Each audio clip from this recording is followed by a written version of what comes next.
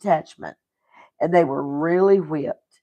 And when they came back, Joshua got down on his face and began to whimper and cry before God. And God told him, "Get thee up, where thou liest.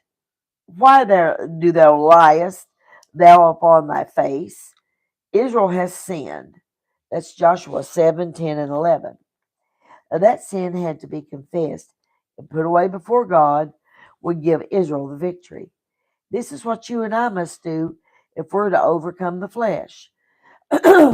Many Christians has a victory over the world. They're marching around Jericho, tooting a horn as the children of Israel blew their trumpets, saying, "I don't do this and I don't do that." But then they're being defeated by the flesh. They are overcome by their tempers. They're overcome by gossiping.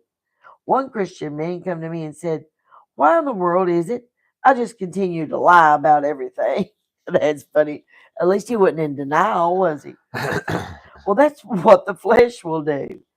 The flesh is getting the victory over many of us, my friend. AI represents the flesh. Then, thirdly, Joshua had to control the Gibeonites. Is that how to say that? Yes.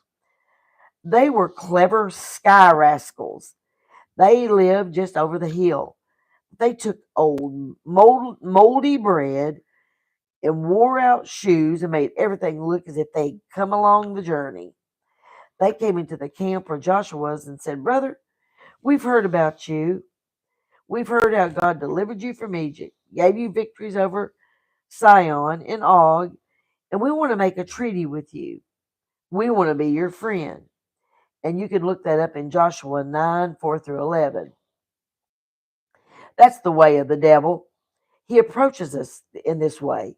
He's a deceiver. He makes his ministers seem like angels of light, and they're not. Someone described a leader of a cult by saying, "I listened to that man. He's so attractive and so personable. He's really wonderful. What he says thrills me. Now listen to this and remember, Satan himself transformed into an angel of light. Therefore, it is no great thing if his ministers also transformed as ministers of righteousness, whose end shall be according to their works."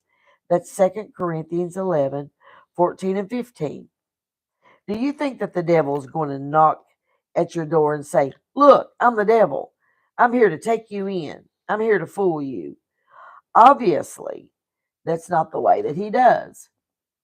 He will approach you and use every possible way to deceive you. He may send someone to knock at your door and offer you literature that will explain the Bible. And then he may approach you if you are in church that is going liberal. Remember, Grandpa had a pew in the church, and that window over there is named for Grandma. You can't afford to leave this church because you have so much invested here. The word of God says, "Wherefore come out from among them and be ye separate, saith the Lord."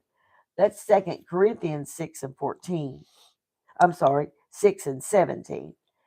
And the devil says, "But we really need you here, so why don't you just stick around?" You see, he's subtle. The Gibeonites represented the devil. They fooled Joshua, and he made a treaty with them. They were the ones who got him in trouble. And at Ai, the sin had to be confused and dealt with severely before God would give them victory. And that's the way we overcome the flesh. But what about the Gibeonites? Joshua made an alliance with them and said they gave him trouble. If we line up with Satan, we'll find ourselves defeated. What can we do? Listen, we cannot overcome him by ourselves. You and I are no match for the devil. You're not even told to fight the devil. We are told that God will fight for us. Hello, Elaine. Hi, Bailey. She says, "Hello, spiritual mama and Tony.